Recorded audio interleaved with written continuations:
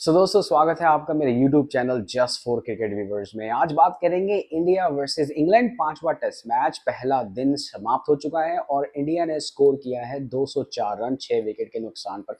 सबसे पहले बात करेंगे प्लेयर्स की कि इंडिया ने और इंग्लैंड ने क्या क्या चेंजेस किए अपनी टीम में। चेंजेस से दिखाता है कि मैच कितना इंपॉर्टेंट है दोनों ही टीमों के लिए। इंडिया जो 1-2 से सीरीज पीछे है, वहीं इंग्लैंड 2-1 से आगे है। लास्ट टेस्ट मैच ड्रॉ हुआ, इंडिया ने फाइट बैक किया, इंडिया ने दिखाया कि अभी हमने हार नहीं मानी है और हम इस टेस्ट मैच सीरीज के अंदर, इस सीरीज के अंदर अलाइव हैं, बने हुए हैं और हो सकता है कि हम ये टेस्ट मैच जीत के, यानी कि पांचवा टेस्ट मैच जीत के सीरीज बराबर कर लें। इसीलिए इंडिया ने 4 चेंजेस करे। ऋषभ पंत आपको पता है चोट की वजह से टीम में नहीं बन पाए और उनकी जगह विकेट कीपर ध्रुव जुरेल ने ली। शार्दुल ठाकुर को बिठा दिया गया, शार्दुल ठाकुर की जगह आकाशदीप को लिया गया और उसके बाद फिर जसप्रीत बुमराह उनको भी रेस्ट दिया गया है या शायद वो इंजर्ड हैं, उनकी जगह पे प्रसिद्ध कृष्णा आए हैं। और एक चेंज और इंडिया ने किया है, वो है करुण नायर। और करुण नायर ठीक है, उनको मौका देना चाहिए यार, क्योंकि वो खिलाड़ी सॉलिड है, कॉम्पैक्ट है। आपने देखा 50 भी मारी है इस मैच में, यानी कि कल। और ऐसा लग रहा है कि हाँ, अगर वो इसी तरीके से खड़ा रहा तो बड़ा स्कोर कर सकता है।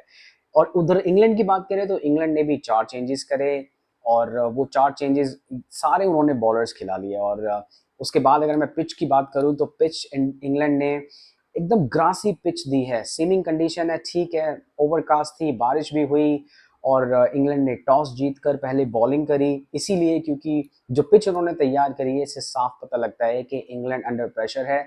इंग्लैंड नहीं चाहता कि इंडिया किसी भी तरीके से ये मैच जीतकर सीरीज बराबरी करे। उन्होंने जितना हो सकता था घास उस पिच पर छोड़ी, फास्ट बॉलर खिलाए। और ये मैं कहूँगा अनफेयर तो नहीं है, लेकिन अगर यही चीज़ इंडिया अपने यहाँ पे करती, स्पिनिंग ट्रैक बनाती और सारे स्पिनर्स खिला लेती, तो फिर बहुत बातें होती कि इंडिया ने मौका नहीं दिया दूसरी टीम को compete करने का। बट अगर इंग्लैंड करता है तो सब चंगा जी, कोई कुछ नहीं बोल रहा है, सारे चुपचाप बैठे हुए हैं। घास इतनी थी पिच पे, ऐसा लग रहा था कि आप दूसरे ग्राउंड में भी खड़े होंगे तो भी आपको घास दिख जाएगी, ऐसी पिच थी। और कंडीशन सीम्स वगैरह थी। ओवल की अगर मैं बात करूं ग्राउंड की, तो ओवल की पिच ऐसी नहीं होती है कि आपको घास देखने को मिले ओवल की पिच पे, या कंडीशंस भले ही सीमिंग हो जाए, क्योंकि कंडीशन पे आपको कोई कंट्रोल नहीं होता, बट पिच पे आपका कंट्रोल होता है। तो हमने पहले भी देखा है कि पिच स्पिनिंग ट्रैक होता है, थोड़ा सा हेल्प करता है स्पिनर्स को, जिस वजह से उन्होंने एक जो क्योंकि ये पिच स्पिनिंग ट्रैक नहीं है, फास्ट बॉलर को मदद करेगी, इसीलिए इंग्लैंड ने सारे फास्ट बॉलर्स खिलाए। एक वो नया स्पिनर उन्होंने खिला दिया है, ऑलराउंडर जेकब बैथल नाम है उसका, और देखते हैं वो कैसे परफॉर्मेंस दिखाता है। अभी तो 2 ही ओवर कराए हैं उसने, 4 रन दिए हैं। खैर, जैसे मैंने बोला, पिच स्पिन फ्रेंडली नहीं है, फास्ट बॉलर को मदद करेगी। अब बैटिंग की बात करते हैं। इंडिया जब बैटिंग करने आए, टॉस जीता इंग्लैंड ने, कहा जी आप आइए इंडिया, आप खेलिए, बैटिंग करिए। इंडिया कहती है ठीक है जी, हम बैटिंग करेंगे, हमें कोई दिक्कत नहीं, हमारी तो बैटिंग वैसे ही सॉलिड है। यशस्वी जायसवाल और केएल राहुल कॉम्पैक्ट प्लेयर्स दोनों गए क्रीज पर। थोड़ा सा उन्होंने रिस्पेक्ट दिया बॉलर्स को, बट तभी यशस्वी जायसवाल, मतलब जायसवाल जी ने क्या शॉट खेला, और वो बॉल ऐसी उनके पैड पे लगी और वो एलबीडब्ल्यू हो गए। हालांकि मुझे पहली नज़र में, मैं देख रहा था, पहली नज़र में ऐसा लगा कि शायद इनसाइड एज लगा है, यही अंपायर को लगा। लेकिन जब बाद में ओली पॉप ने रिव्यू लिया तो पता चला कि यार उसके तो बैट और बॉल के बीच में जमीन आसमान का फर्क है, और जो बॉल है वो सीधी पैड पे लगी है जाके। रिव्यू में साबित हो गया कि तीनों रेड, यानी कि pitch in line, impact in line, wickets hitting, और जसवाल जी चलते बने सिर्फ 2 रन बनाकर।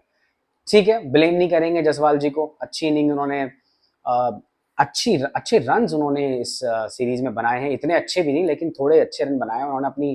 अब दिखा दिया कि हाँ, ऐसा नहीं है कि एक फ्लॉप प्लेयर होता है ना, कि सीरीज में गया, 5 टेस्ट मैचेस खेले, कुछ भी रन नहीं बनाए, तो वो जसवाल ने नहीं किया। ठीक है, अब एक मैच खराब, पहले एक मैच खराब हो गया था, एक इनिंग और खराब हो गई है, इट्स ओके फाइन। अभी एक और इनिंग बाकी है, अगर मौका इंडिया को आया दूसरी इनिंग खेलने का तो ठीक है, देखेंगे उसमें आप कितनी अच्छी परफॉर्मेंस करते हैं, और होप यही है कि अच्छी परफॉर्मेंस करेंगे। केएल राहुल जो एकदम सॉलिड लग रहा था बंदा, के यार इस सीरीज में तो वो ऐसा सॉलिड प्लेयर लगा है, उससे सॉलिड प्लेयर या तो शुभमन गिल लगा या रविंद्र जडेजा लगा। लेकिन जैसे ही तारीफ मैंने अपने अपने फ्रेंड्स में बैठे थे, बोला मैंने यार यार ये कॉम्पैक्ट प्लेयर लग रहा है आज, बहुत सॉलिड लग रहा है और ये अगर ऐसे ही खड़ा रहा ना तो इंडिया एक अच्छा टोटल बना देगा। बट तभी उनका विकेट चॉप डाउन, कट मार रहे थे, इनर एज लगा और सीधा स्टंप पे जाके बॉल लग गई, वो भी चलते बने बेचारे।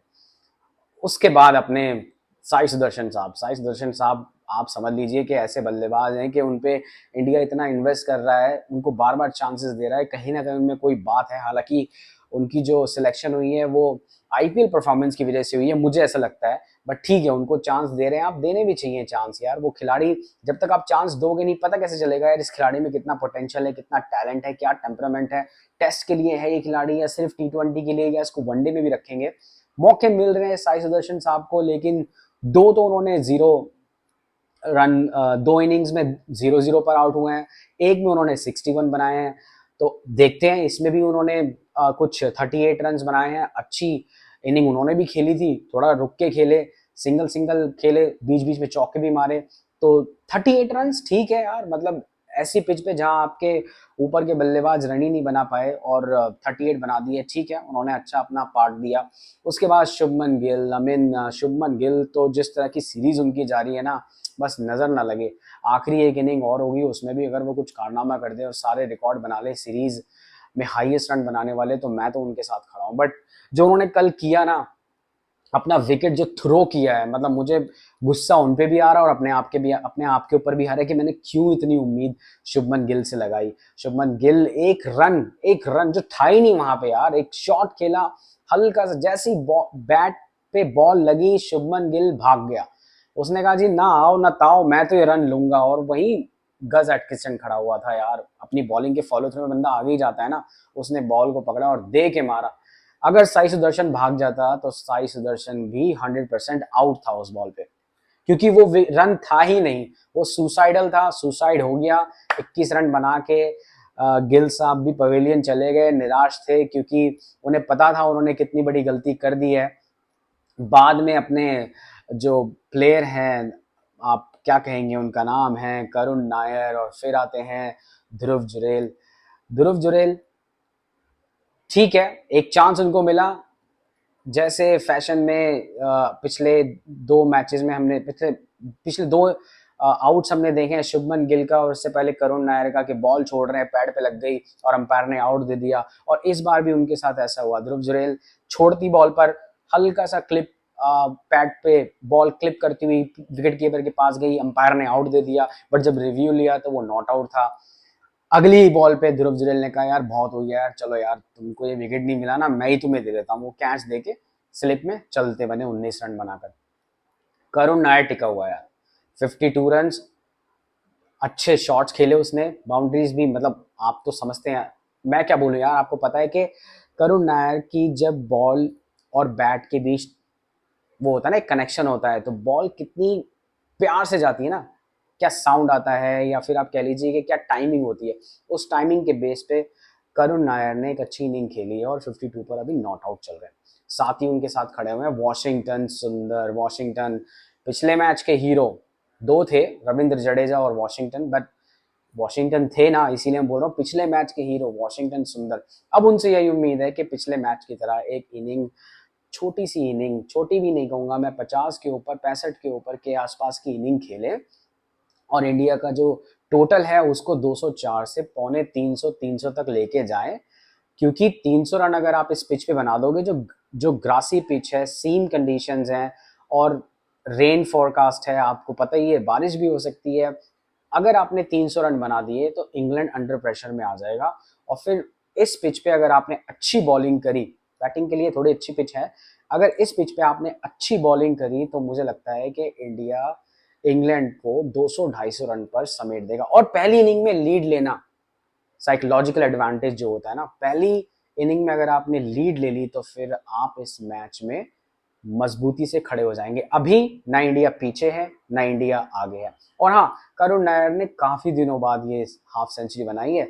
अगर मैं आपको बताऊं तो शायद इनको 8 या 9 साल, तकरीबन तकरीबन 3000 या 3000 ऊपर से ज्यादा दिन लगे हैं इनको 50 बनाने में। पिछली बार उन्होंने जो स्कोर किया था वो आपको पता है ट्रिपल सेंचुरी, उसके बाद अब ये 50 आई है उनकी। तो आप समझ सकते हैं कितना कंपटीशन है अपनी जगह बनाए रखना इंडियन टीम के अंदर। इतने लोग खड़े हुए हैं लाइन में, 8 साल का गैप, 9 साल का गैप, इतने में तो एक प्लेयर का करियर खत्म हो जाता है स्टार्ट से एंडिंग तक। पर ठीक है, जो भी किया नायर साहब ने अच्छा किया। उम्मीद है इस 52 को वो 102, 110, 120 में कन्वर्ट करेंगे आज, अगर बैटिंग अच्छी करी तो। और पहली इनिंग में अगर इंडिया ने 300 के आसपास स्कोर खड़ा कर दिया, पौने 300, 300, सवा 300, सवा 300 तो प्लस है, 300 ठीक है, और पौने 300 मैं कहूँगा कुछ नहीं तो चलो पौने 300 ही सही। इतना अगर स्कोर इंडिया ने खड़ा कर दिया तो इंडिया इस मैच में मजबूती से खड़ा होगा, और फिर डिपेंड करेगा इंडिया की बॉलिंग पर कि इंडिया कितनी जल्दी इंग्लैंड को आउट करता है। अभी तो पहले ये इनिंग खत्म हो, उसके बाद देखेंगे, बात करेंगे अब अगली वीडियो में। जब मैं अगली वीडियो बनाऊंगा तो जाहिर सी बात है आपसे तभी बात करूंगा। बट तब तक अगर आपने ये वीडियो पूरी देखी है तो मेरी आपसे रिक्वेस्ट है, प्लीज़ चैनल को सब्सक्राइब करें, वीडियो को लाइक करें, जितना ज़्यादा हो सके आप अपनी राय मुझे दें कमेंट के थ्रू। यही एक सपोर्ट है जो आप मुझे कर सकते हो घर बैठकर, और यही मैं आपसे मांग रहा हूँ। तो उम्मीद है अच्छा रिस्पांस मिलेगा इस वीडियो पर। तब तक के लिए धन्यवाद।